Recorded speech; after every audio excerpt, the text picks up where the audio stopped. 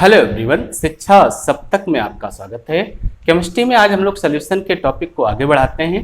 Solution के previous lecture में हम लोगों ने बात किया था एलिवेशन ऑफ बॉइलिंग पॉइंट की। आज हम लोग बात करेंगे डिप्रेशन ऑफ फ्रीजिंग पॉइंट की।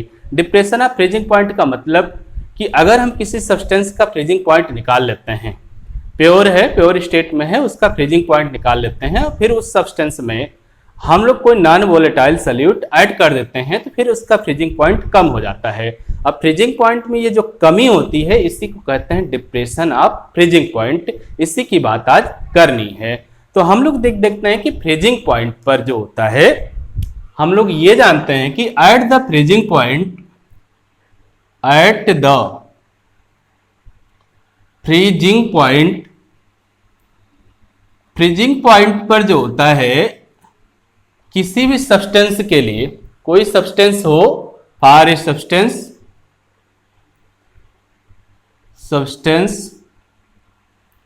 सब्सटेंस का जो सॉलिड फेज होगा, सॉलिड फेज होगा और सब्सटेंस का जो लिक्विड फेज होगा, सब्सटेंस का जो लिक्विड फेज होगा, इसमें एक डायनेमिक इक्विलिब्रिया होगा, इसमें एक डायनेमिक इक्विलिब्रिया होगा। तो इस बात को आप जानते हो कि फ्रीजिंग पॉइंट क्या होता है। फ्रीजिंग पॉइंट का मतलब सब्सटेंस आपका लिक्विड फेज से सॉलिड फेज में चेंज होता है। जिस टेम्परेचर पे चेंज होता है वही टेम्परेचर क्या होता है, फ्रीजिंग पॉइंट होता है। यही ना पढ़ के आए हो, मतलब लिक्विड से या सॉलिड में चेंज हो रहा है तो ये एक dynamic equilibria, solid liquid, liquid solid. अगर टेम्परेचर थोड़ा सा भी बढ़ाओगे तो सॉलिड का लिक्विड, अगर टेम्परेचर थोड़ा सा भी कम हुआ तो आपका लिक्विड का सॉलिड। तो एक डायनेमिक इक्विलिब्रिया हो जाता है सॉलिड फेज में और लिक्विड फेज में। तो यहां से हम लोग फ्रीजिंग पॉइंट की डिफिनीशन भी लिखते हैं। फ्रीजिंग पॉइंट जो होता है, फ्रीजिंग पॉइंट की जो हम लोग डिफिनीशन लिखते हैं तो फ्रीजिंग पॉइंट की डिफिनीशन हम लोग कहते हैं कि for a substance, for any substance, for a substance the temperature at which vapor pressure of substance in its liquid phase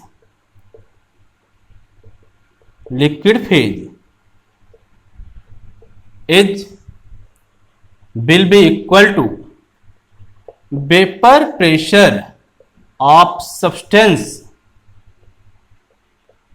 in its solid phase, solid phase। तो यहां से हम लोगों ने फ्रीजिंग पॉइंट की डिफिनीशन इनको बताई। हम लोगों ने कहा कि फ्रीजिंग पॉइंट किसी भी सब्सटेंस के लिए वह टेम्परेचर होता है जिस टेम्परेचर पर सब्सटेंस के लिक्विड फेज का वेपर प्रेशर सब्सटेंस के सॉलिड फेज के वेपर प्रेशर के इक्वल हो जाता है। तो वह टेम्परेचर, जिस टेम्परेचर पर किसी सब्सटेंस के लिक्विड फेज का वेपर प्रेशर उसी सब्सटेंस के सॉलिड फेज के वेपर प्रेशर के इक्वल हो जाता है, वह टेम्परेचर कहलाता है freezing point of the substance. उस सब्सटेंस का फ्रीजिंग पॉइंट कहलाता है वह टेम्परेचर। तो ये चीजें आपको समझ में आ गई होंगी कि फ्रीजिंग पॉइंट एक्चुअली क्या होता है। ठीक है, अब सब्सटेंस की बात हम लोगों ने कर ली। फ्रीजिंग पॉइंट में कभी कभी सोल्यूशन के फ्रीजिंग पॉइंट की बात करते हैं। तो सोल्यूशन के फ्रीजिंग पॉइंट की बात अगर आपसे कही जाएगी तो आप कहेंगे कि वह टेम्परेचर सोल्यूशन का फ्रीजिंग पॉइंट होगा जिस टेम्परेचर पे सोल्यूशन का वेपर प्रेशर प्योर सॉल्वेंट के वेपर प्रेशर के इक्वल हो जाएगा। फिर से सुन लीजिए, अगर आपसे सोल्यूशन के फ्रीजिंग पॉइंट की बात करेंगे तो आप कहेंगे कि वह टेम्परेचर सोल्यूशन का फ्रीजिंग पॉइंट होगा जिस टेम्परेचर पे सोल्यूशन का vapour pressure pure solid solvent के वेपर प्रेशर के इक्वल हो जाएगा। तो ये तो हम किसी भी सब्सटेंस की बात किए, लेकिन अगर हम किसी सोल्यूशन की बात करेंगे तब उसके फ्रीजिंग पॉइंट की बात हम लोग कैसे करते हैं ये बात देख लो। For a solution, for a solution, तो सोल्यूशन के जो फ्रीजिंग पॉइंट की बात करते हैं, फ्रीजिंग पॉइंट की बात करते हैं तो हम लोग लिखते हैं the temperature at which vapor pressure of solution will be equal to vapor pressure of pure solid solvent। याद रखिएगा, जिस टेम्परेचर पे सॉल्यूशन का वेपर प्रेशर उसके प्योर सॉलिड सॉल्वेंट के वेपर प्रेशर के इक्वल हो जाएगा, वह टेम्परेचर सॉल्यूशन का फ्रीजिंग पॉइंट कहलाएगा। तो फ्रीजिंग पॉइंट आप समझ गए, सॉल्यूशन के लिए और किसी सब्सटेंस के लिए। किसी सब्सटेंस के लिए आपने कहा कि वह टेम्परेचर सब्सटेंस का फ्रीजिंग पॉइंट होगा जिस पर सब्सटेंस के लिक्विड फेज का वेपर प्रेशर उसी सब्सटेंस के सॉलिड फेज के वेपर प्रेशर के इक्वल हो जाएगा। और सॉल्यूशन की बात हम लोग अभी अभी कर रहे हैं। अब हम लोग देखते हैं कि इसको ग्राफ पे जो रिप्रेजेंट करते हैं तो किस तरह से रिप्रेजेंट करते हैं। ग्राफिकल रिप्रेजेंटेशन इसका हम लोग देख लेते हैं। ग्राफ हम लोगों ने एलिवेशन में भी बनाया था, तो चीजें आपको एलिवेशन की तरह की ही दिखेंगी। अगर एलिवेशन आप बॉइलिंग पॉइंट आपने पढ़ा तो एलिवेशन की तरह का ही ग्राफ और चीजें आपको दिखने में आएंगी। अब हम लोग इसका ग्राफ अगर देखते हैं, ग्राफ बनाते हैं तो ग्राफ हम लोग टेम्परेचर में और वेपर प्रेशर में बनाते हैं। वाई एक्सिस पे हम वेपर प्रेशर लेते हैं और एक्स एक्सिस पे बात करते हैं हम लोग टेम्परेचर की। एक्स एक्सिस पे बात हम लोग करते हैं टेम्परेचर की। अब यहां पर हम लोग तीन ग्राफ खींचेंगे। पहला ग्राफ तो हम लोग प्योर सॉल्वेंट के लिए खींचेंगे, फिर सॉल्यूशन के लिए खींचेंगे। अब देखें, जब हम लोग सॉल्वेंट के लिए फ्रीजिंग पॉइंट निकालेंगे तो फ्रीजिंग पॉइंट के लिए सॉल्वेंट में हम लोगों ने पढ़ा था किसी भी सब्सटेंस का फ्रीजिंग पॉइंट वह टेम्परेचर होता है जिस टेम्परेचर पे सब्सटेंस के लिक्विड फेज का वेपर प्रेशर सब्सटेंस के सॉलिड फेज के वेपर प्रेशर के इक्वल हो जाएगा। तो एक ही सब्सटेंस के लिक्विड फेज का ग्राफ खींचेंगे और उसी सब्सटेंस का सॉलिड फेज का ग्राफ खींचेंगे। तो मान लीजिए कि हमारा कोई सॉल्वेंट है जो सॉलिड फेज में है, उसका ग्राफ हम लोग खींचते हैं। तो सॉल्वेंट के सॉलिड फेज का ग्राफ अगर हम लोगों ने खींचा तो मान लीजिए ऐसा ग्राफ हम लोगों ने खींचा। ये हमारा सॉल्वेंट हुआ सॉलिड फेज में और सॉल्वेंट प्योर रहेगा, इस बात को ध्यान दीजिएगा। ये सॉल्वेंट हमारा सॉलिड फेज में रहा जिसका हम लोगों ने ग्राफ खींच लिया वेपर प्रेशर और टेम्परेचर वाला। अब ये सॉल्वेंट जब लिक्विड फेज में रहा तो इसका ग्राफ जब हम लोगों ने खींचा तो देखा कि इसका ग्राफ कुछ इस तरह से आ रहा है। इसका ग्राफ कुछ इस तरह से आ रहा है। तो ये सॉल्वेंट है हमारा लिक्विड फेज का। अब हम लोगों ने अपनी डिफिनीशन में क्या पढ़ा था? अपनी डिफिनीशन में यह पढ़ा था कि जिस पॉइंट पर वेपर प्रेशर लिक्विड फेज का और वेपर प्रेशर सॉलिड फेज का इक्वल हो जाएगा, उस पॉइंट का टेम्परेचर जो होगा वो फ्रीजिंग पॉइंट कहलाएगा। तो यह जो पॉइंट है, इसी पॉइंट पर सॉल्वेंट के लिक्विड फेज का और सॉल्वेंट के सॉलिड फेज का वेपर प्रेशर इक्वल है। तो यहां पर जो टेम्परेचर होगा वही टेम्परेचर कहलाएगा फ्रीजिंग पॉइंट। किसका? सॉल्वेंट का, प्योर सॉल्वेंट का। तो इस पर जब हम लोग टेम्परेचर निकालेंगे तो टेम्परेचर की एक्सिस पे चलेंगे। टेम्परेचर की एक्सिस पे आए तो टेम्परेचर ये मिला, इससे हम बोलेंगे फ्रीजिंग पॉइंट। और किसका? नॉट लगा देंगे तो प्योर सॉल्वेंट का। तो ये फ्रीजिंग पॉइंट हो गया प्योर सॉल्वेंट का। ठीक है, यह कहानी आपको समझ में आ गई इतनी। आगे देखते हैं, इस कहानी को आगे बढ़ाते हैं। अब हम लोगों ने अपने प्योर सॉलिड लिक्विड सॉल्वेंट में कुछ नॉन वोलेटाइल सॉल्यूट ऐड कर दिए। लिक्विड फेज में हमारा सॉल्वेंट है, अब उसमें हमने नॉन वोलेटाइल सॉल्यूट ऐड कर दिया, सॉल्यूशन बन गया। अब नॉन वोलेटाइल सॉल्यूट जैसे ही आप ऐड करोगे, जो आपका सॉल्यूशन बनेगा उस सॉल्यूशन का फ्रीजिंग पॉइंट वेपर प्रेशर कम हो जाएगा। अगर आपने नॉन वोलेटाइल सॉल्यूट ऐड कर दिया, किसी भी सॉल्वेंट में, तो फिर जो सॉल्यूशन बनता है उसका वेपर प्रेशर प्योर सॉल्वेंट के वेपर प्रेशर से कम हो जाता है। तो हम लोगों ने कहा कि अब हम लोगों ने इसमें नॉन वोलेटाइल सॉल्यूट ऐड कर दिया, तब की बार वेपर प्रेशर कम होके ये आ गया, सॉल्यूशन बना लिया। वेपर प्रेशर कम होके यहां आ गया। अब हम लोगों ने टेम्परेचर इसका कम करना चालू किया, तो वेपर प्रेशर धीरे धीरे कम होगी। ठीक, और ये सॉल्यूशन की बात कर रहे हैं। और एक स्टेज ऐसी आएगी जब इस सॉल्यूशन का वेपर प्रेशर सॉलिड सॉल्वेंट के वेपर प्रेशर के इक्वल हो जाएगा। ये देखें,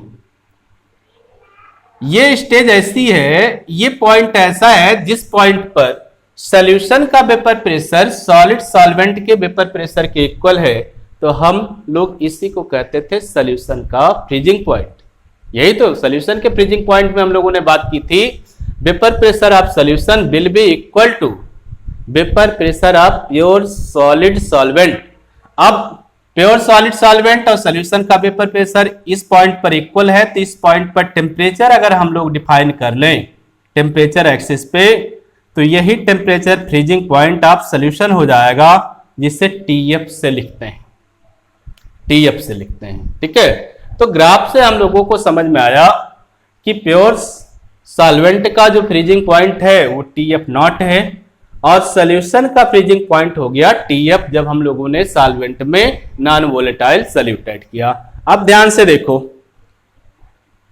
जो फ्रीजिंग पॉइंट प्योर सॉल्वेंट का है वो ज्यादा है, फ्रीजिंग पॉइंट सॉल्यूशन का कम है, तो फ्रीजिंग पॉइंट में डिफरेंस आ गया। यही डिफरेंस कैलकुलेट कर दें तो इसी को कहते हैं डिप्रेशन ऑफ फ्रीजिंग पॉइंट। इसी डिफरेंस को अगर हम लोग कैलकुलेट कर लें तो यही जो डिफरेंस आएगा टेम्परेचर का फ्रीजिंग पॉइंट में, तो इसी को कहेंगे डिप्रेशन ऑफ फ्रीजिंग पॉइंट। तो यहां हम लोग बात करते हैं, हम लोगों को दो चीजें आई, एक तो टीएफ नॉट की बात हम लोगों ने की। टीएफ नॉट क्या है? ये फ्रीजिंग पॉइंट है, फ्रीजिंग पॉइंट है प्योर सॉल्वेंट का, और टीएफ है फ्रीजिंग पॉइंट है सॉल्यूशन का। अब इसमें जो डिफरेंस की बात हम लोग करेंगे, तो डिफरेंस को लिखते हैं डेल्टा टीएफ से। फ्रीजिंग पॉइंट प्योर सॉल्वेंट का ज्यादा है तो लिखेंगे टीएफ नॉट माइनस टीएफ। यही जो डिफरेंस निकाल के लाएंगे डेल्टा टीएफ, इसी डेल्टा टीएफ को कहेंगे डिप्रेशन ऑफ फ्रीजिंग पॉइंट, इसी को कहेंगे डिप्रेशन ऑफ फ्रीजिंग। तो एकदम एलिवेशन की तरह आपका है, एलिवेशन ऑफ बॉइलिंग पॉइंट जिस तरह से हम लोग करते थे उसी तरह से इसको भी हम लोग कर रहे हैं। तो ये आपको समझ में आया होगा कि ये फार्मूला आपका डेल्टा टीएफ जो निकला, हम लोगों ने जो फ्रीजिंग पॉइंट में डिफरेंस निकाला, यही डिफरेंस कहलाया डिप्रेशन ऑफ फ्रीजिंग पॉइंट। और डिफरेंस क्यों हुआ? क्योंकि हम जानते हैं कि जब हम सॉल्वेंट में नॉन वोलेटाइल सॉल्यूट ऐड करते हैं तो उसका फ्रीजिंग पॉइंट कम हो जाता है। अब हम लोग बात आगे करते हैं, आगे बात हम लोग बढ़ाते हैं। हम लोग कहते हैं कि जब हम लोगों ने कोलिगेटिव प्रॉपर्टी की बात करना शुरू किया था, तो वहां हम लोगों ने कहा था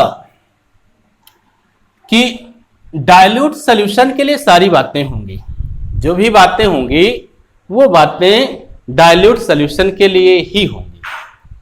जो बात हम लोग करेंगे वो डाइल्यूट सॉल्यूशन के लिए करेंगे। तो for a dilute solution, for a dilute solution, जो फ्रीजिंग पॉइंट डिप्रेशन है डेल्टा टीएफ है, ये प्रोपोर्शनल होता है मोललिटी ऑफ सॉल्यूशन के, मोललिटी के प्रोपोर्शनल होता है। अब मोललिटी क्या है? कंसंट्रेशन टर्म है। अब कंसंट्रेशन टर्म ऐसी लेनी है जो टेम्परेचर इंडिपेंडेंट है, तो molality temperature independent concentration term है, और जो फ्रीजिंग पॉइंट डिप्रेशन होगा वो मोललिटी के प्रोपोर्शनल होगा। आप प्रोपोर्शनलिटी का साइन हटाएंगे, इक्वलिटी का साइन लगाएंगे, तो एक कांस्टेंट लगाएंगे, तो ये हो जाएगा डेल्टा टीएफ इक्वल हो जाएगा K F into small M, small M क्या हो गया, मोललिटी, मोललिटी हो गई सॉल्यूशन की, और के एफ क्या हो गया, मोलल डिप्रेशन कांस्टेंट हो गया। तो के एफ एक कांस्टेंट है जिसे कहा गया मोलल डिप्रेशन कांस्टेंट, या इसे क्रायोस्कोपिक कांस्टेंट भी कहते हैं, इसे क्रायोस्कोपिक कांस्टेंट भी बोलते हैं कभी कभी, ठीक। और यम को समझ ही रहे हो, मोललिटी है, और मोललिटी क्यों ली जाती है, क्योंकि molality temperature independent constant term है। एलिवेशन में भी हम लोगों ने मोललिटी की ही बात की थी। तो एक फार्मूला हमारा आ गया डिप्रेशन ऑफ फ्रीजिंग पॉइंट का, के एफ इंटू यम, मोललिटी स्मॉल एम मोललिटी होता है, के एफ होता है मोलर डिप्रेशन कांस्टेंट। अब हम लोग मोललिटी का जो फार्मूला पढ़े थे, जो सूत्र पढ़े थे, वो सूत्र अगर हम लोग यहां रख दें तो एक और फार्मूला निकल के आएगा। मोललिटी हम लोगों ने क्या पढ़ी थी, 1000 small W upon M into capital W. ये मोललिटी का हम लोगों ने फार्मूला पढ़ा था जब हम लोगों ने कंसंट्रेशन टर्म पढ़े थे। तो स्मॉल डब्ल्यू क्या होता है, ये मास ऑफ सॉल्यूट होता है, मास ऑफ सॉल्यूट होता है। कैपिटल एम क्या होता है, कैपिटल एम होता है मोलर मास ऑफ सॉल्यूट, और कैपिटल डब्ल्यू होता है मास ऑफ सॉल्वेंट। अगर 1000 लगा है तो ये ग्राम में होगा, अगर 1000 आप हटा दोगे तो ये किलोग्राम में होगा। तो ये हो गया आपका मास ऑफ सॉल्वेंट। तो अगर ये हम यम का जो फार्मूला है, यम का ये अगर हम यहां रख दें तो एक हमको फार्मूला और मिल जाएगा। कभी कभी मोलर मास ऑफ सॉल्वेंट पूछ लेते हैं तो आप इसको रख के एक नया फार्मूला निकाल सकते हैं। तो delta T F will be equal to K F into 1000 W upon M into capital W. एक फार्मूला यहां से आपका हो गया। तो ये इस तरह से हम लोगों ने देखे कि हमको 3 फार्मूले मिल गए डिप्रेशन ऑफ फ्रीजिंग पॉइंट के। तो डिप्रेशन ऑफ फ्रीजिंग पॉइंट के हम लोगों ने 3 फार्मूले पढ़ लिए। इन्हीं फार्मूलों से हमको आगे काम करना है। अब पहला फार्मूला आपने जो पढ़ा था सबको एक साथ कर दें भाई। तो delta T F depression of freezing point, T F not minus T F, पहला फार्मूला। फिर दूसरा फार्मूला आपने पढ़ा था के एफ इंटू यम, यम था मोललिटी। और तीसरा फार्मूला आपने ये पढ़ लिया K F into 1000 W upon M into capital. तो इस तरह से सारे जो फार्मूले हैं उनको आप एक साथ रख लेते हैं। लेकिन मेनली यूज जो हो रहा है ये फार्मूला हम लोग बहुत ज्यादा यूज करने वाले हैं, ठीक है। अगर मोलर मास आपसे पूछता है सॉल्यूट का तो यहां से आप इस फार्मूले को यूज करेंगे। बाकी अगर आपसे सॉल्यूशन का फ्रीजिंग पॉइंट पूछता है तो ये वाला फार्मूला हम लोग यूज करते हैं। जो भी कहेगा उस हिसाब से हम फार्मूले यूज करते हैं। यहां पर देखो एक बात और करता है, ये कहता है कि जो आप मोलर डिप्रेशन कांस्टेंट निकाले हो उसकी यूनिट बताइए और उसको डिफाइन कर दीजिए। डिफाइन करने का मतलब इसका हमको एक डिफिनीशन बतानी होती है, डिफिनीशन बतानी होती है और इसकी यूनिट की बात करता है। यूनिट की बात हम लोग कर लेते हैं। तो 2 बात, एक तो इसकी यूनिट पूछता है, एक इसको डिफाइन करने की बात करता है। यूनिट की बात करते हैं। यूनिट की बात करते हैं तो हमारे पास एक फार्मूला है delta T F equal to K F into M, है ना।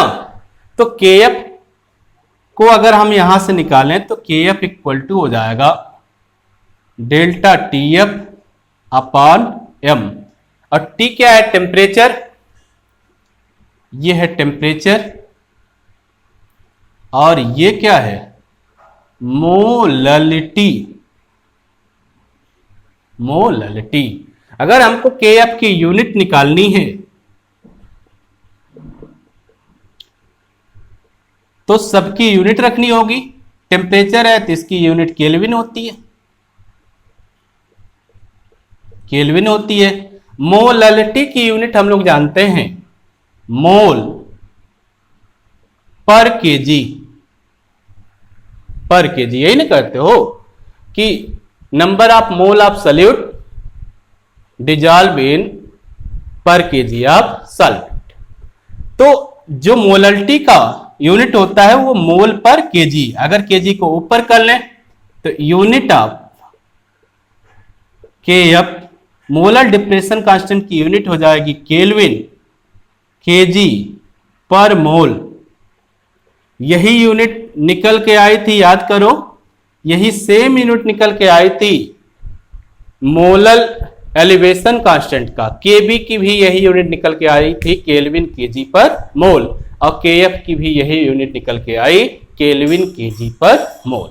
अब हम लोग कहते हैं कि इसको डिफाइन अगर आपको करना है तो डिफाइन भी आप यहीं से कर सकते हैं। हटा दे बेटा।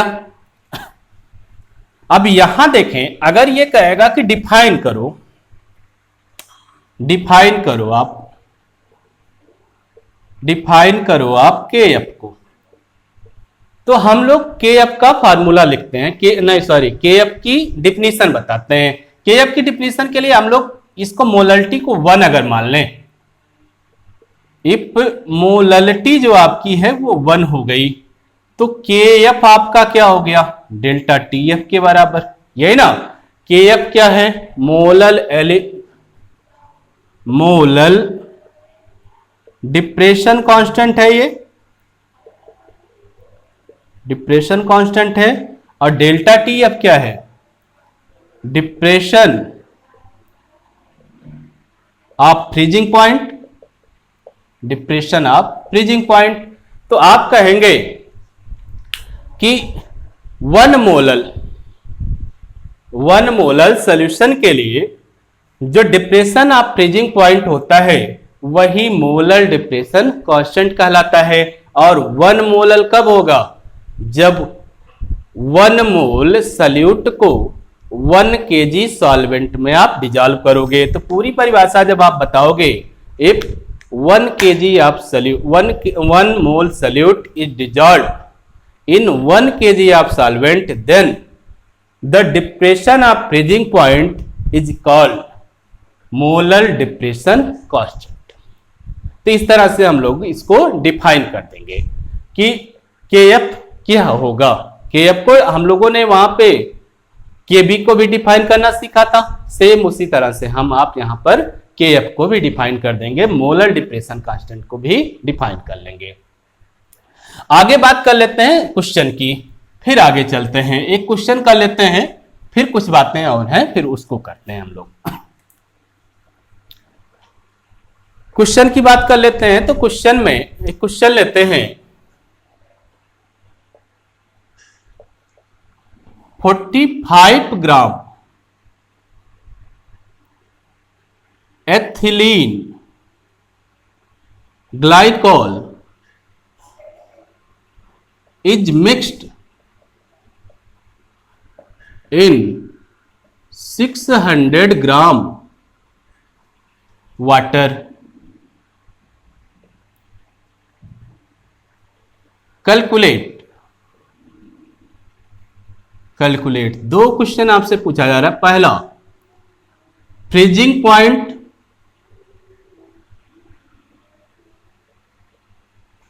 डिप्रेशन। दूसरा क्वेश्चन आपसे पूछा जा रहा है फ्रीजिंग पॉइंट ऑफ सॉल्यूशन। आपको गिवन जो चीजें हैं, केएफ आपको दिया गया है 1.86 केल्विन केजी पर मोल, केल्विन केजी पर मोल। और आपका जो सॉल्वेंट है वाटर, उसका आपको फ्रीजिंग पॉइंट दिया गया है, freezing point of water, freezing point of water ये आपको दिया गया है 273.15 केल्विन। दो चीजें आपको दी गई हैं, आपको मोलर डिप्रेशन कांस्टेंट दिया है, फ्रीजिंग पॉइंट ऑफ वाटर दिया है। तो वाटर आपका सॉल्वेंट है तो सॉल्वेंट का फ्रीजिंग पॉइंट आपको दिया है। अब हम लोग इसका सॉल्यूशन करना है। हमको सॉल्यूशन करने के लिए हम लोग जो चीजें दी हैं उनको लिखते हैं, फिर देखते हैं कि क्या बाकी है आपके पास। आपको एथिल ग्लाइकॉल मिक्स की जा रही है वाटर में, तो यहां पर पहले आप सॉल्यूट सॉल्वेंट डिसाइड कर दीजिए। तो सॉल्यूट आपका एथिल ग्लाइकॉल हो जाएगा और सॉल्वेंट आपका वाटर हो जाएगा, क्योंकि वाटर में मिक्स किया जा रहा है। तो वाटर आपका सॉल्वेंट हो गया, एथिल ग्लाइकॉल आपका सॉल्यूट हो गया। तो ये मास ऑफ सॉल्यूट दिया गया है और ये मास ऑफ सॉल्वेंट भी है, ये भी मास है ना। तो मास ऑफ सॉल्वेंट दिया है, मास ऑफ सॉल्यूट दिया है। तो मास ऑफ सॉल्यूट और सॉल्यूट आपका क्या है, एथिल ग्लाइकॉल। एथिल ग्लाइकॉल का सूत्र क्या होता है, C2H6O2। देखो एथिल ग्लाइकॉल ऐसे होता है CH2OH और OH, ये होता है एथिल ग्लाइकॉल। कार्बन 2 है, हाइड्रोजन 6 है, ऑक्सीजन 2 है। तो अगर इसका जनरल फार्मूला लिखेंगे तो C2H6O2। ये एथिल ग्लाइकॉल है जिसका मास आपको दिया गया है 45 ग्राम, 45 ग्राम। और मास ऑफ सॉल्वेंट आपको दिया गया, मास ऑफ सॉल्वेंट आपको दिया गया। सॉल्वेंट आपका वाटर है H2O, ये आपको दिया गया 600 ग्राम, ठीक। और आपको KF दिया गया 1.86 केल्विन केजी पर मोल। और आपको फ्रीजिंग पॉइंट दिया गया सॉल्वेंट का। निकालना क्या है आपको, निकालनी दो चीजें हैं। पहला तो डेल्टा TF निकालना है आपको, पहली चीज डेल्टा TF निकालना है, और दूसरी चीज TF निकालना है, फ्रीजिंग पॉइंट ऑफ सॉल्यूशन निकालना है। अब हम लोग डेल्टा TF का फार्मूला लिखते हैं, मोलरिटी वाला। पहला डेल्टा TF का फार्मूला हम लोग लिखते हैं मोलरिटी वाला। मोलरिटी वाला जो फार्मूला होता है KF इंटू M, यही ना मोलरिटी। तो मोलरिटी अगर हम निकाल लें, KF हमको मालूम है, तो डिप्रेशन ऑफ फ्रीजिंग पॉइंट हम निकाल लेंगे आराम से। तो मोलरिटी निकालने की कोशिश करते हैं। मोलरिटी जब हम लोग निकालते हैं M, तो M का फार्मूला होता है 1000 W upon M into capital W। सारी चीजें आपको मालूम है। W क्या होता है, मास ऑफ सॉल्यूट, मालूम है कितना, 45 ग्राम। कैपिटल M क्या होता है, molar mass of solute. Molar mass आप निकाल लेंगे, फार्मूला आपको मालूम है तो मोलर मास निकल जाएगा, ठीक है। और W क्या होता है, कैपिटल W क्या होता है, मास ऑफ सॉल्वेंट। क्योंकि 1000 लगाया हो तो ग्राम में चाहिए, तो ग्राम में है। सारी चीजें आपको मिल गई। तो हम लोग मोलर मास निकाल लेते हैं भाई। मोलर मास निकाल लेते हैं C2 या 6O2 का। इसका मोलर मास M निकालना चालू करें तो कार्बन का एटॉमिक मास होता है 12 और 2 कार्बन है तो 2, हाइड्रोजन का 1, 6 एटम है तो 6, ऑक्सीजन का 16, 2, तो ये हो गया 24 प्लस 6 प्लस 32, 62 हो गया भाई। मोलर मास एथिलीन ग्लाइकॉल का 62 हो गया। तो सारी चीजें आपको मालूम हो गई। तो मोलरिटी जो निकल के आएगी वो हो गई 1000 इंटू 45 अपॉन 62 इंटू 600। अब इसको आप सरल कर लें, इसको आप सरल कर लें। अब जब आप इसको सरल करोगे तो ये हो जाएगा M इक्वल टू, पहले 2 जीरो हटा दीजिए भाई यहां से, 10 इंटू 45 अपॉन 62 इंटू 6, और 6 को डिवाइड कर दीजिए 3 और 2 में, 2 से 10 को काट दीजिए, 3 से 45 को काट दीजिए, तो यम इक्वल हो जाएगा 5 इंटू 15 अपॉन 62, ये इक्वल हो जाएगा 75 अपॉन 62, कैलकुलेट कर लीजिएगा 1.2 आएगा।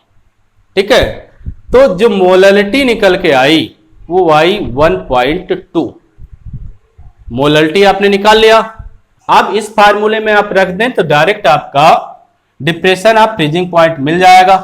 तो delta T F equal to हो गया के एफ इंटू एम, और के एफ मालूम है आपको 1.86, और मोलरिटी आपने निकाला 1.2, क्योंकि टेम्परेचर है तो केल्विन में निकलेगा ये डेल्टा टी एफ।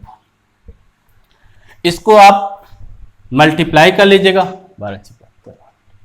2.2 आना चाहिए बेटा।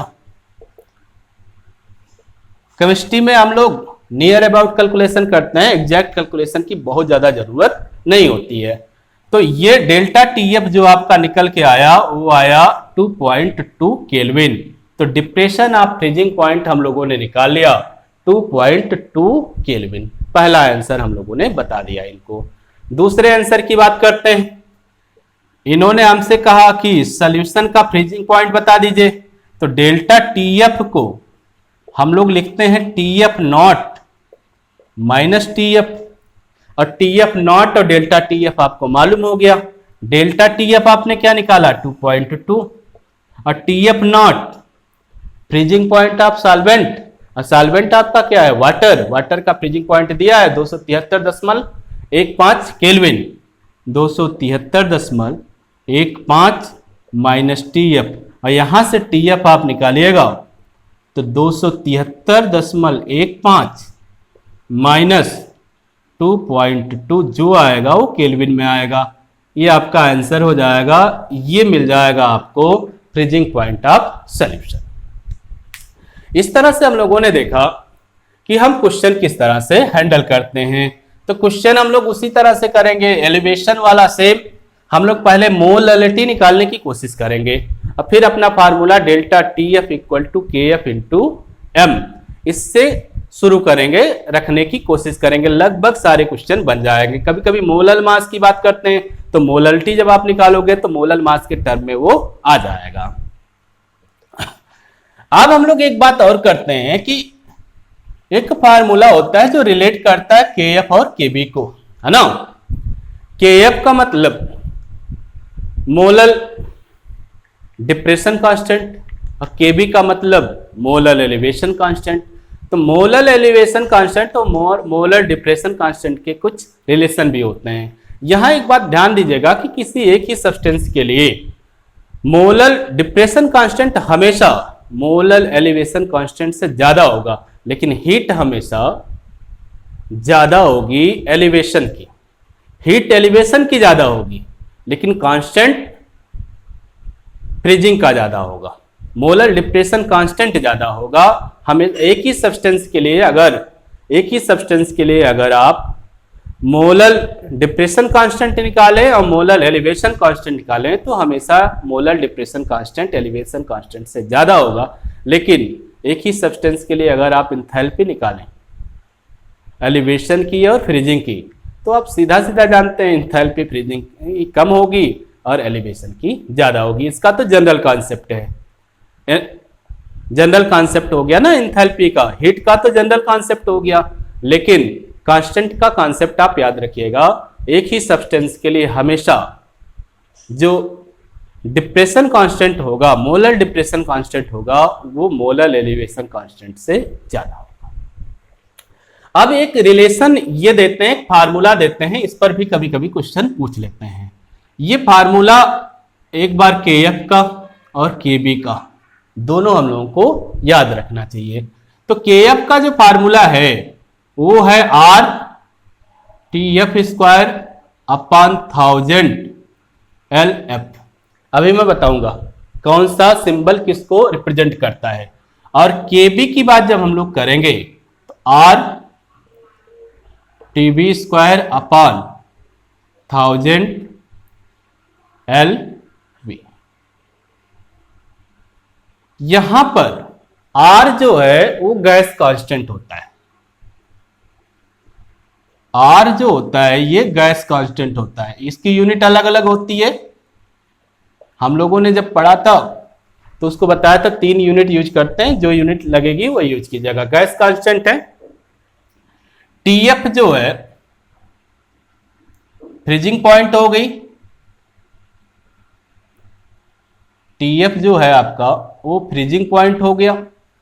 और LF की बात जब करेंगे, LF होता है लेटेंट हीट ऑफ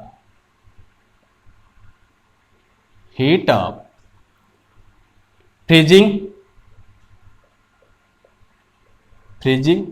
इसी तरह से यहां बात करेंगे तो TB आपका बॉइलिंग पॉइंट हो जाएगा और गैस कांस्टेंट है। LB जो है यहां पर यह है लेटेंट हीट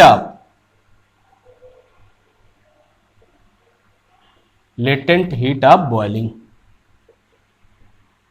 लेटेंट हीट का मतलब जो एनर्जी होती है, स्टोरेज एनर्जी होती है, उसे लेटेंट हीट कहते हैं।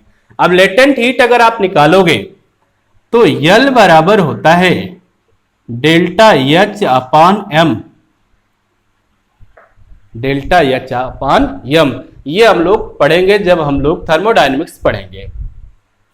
डेल्टा H क्या होता है? इंथैल्पी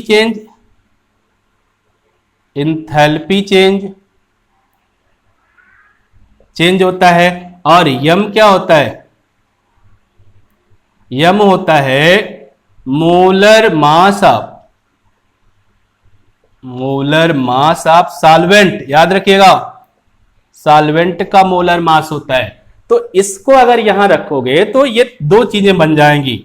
अगर आप LF के लिए लिखोगे तो डेल्टा HF अपान M। अगर आप इसको LB के लिए लिखोगे तो इंथैल्पी चेंज किसके लिए? बॉइलिंग के लिए, अपान M। इनको फार्मूले में यूज भी कर सकते हो। ठीक, तो इसको आप याद रखिएगा, कभी कभी इस पर क्वेश्चन भी आ जाते हैं। ठीक है, तो आज के लिए इतना ही। धन्यवाद। आपका दिन शुभ हो।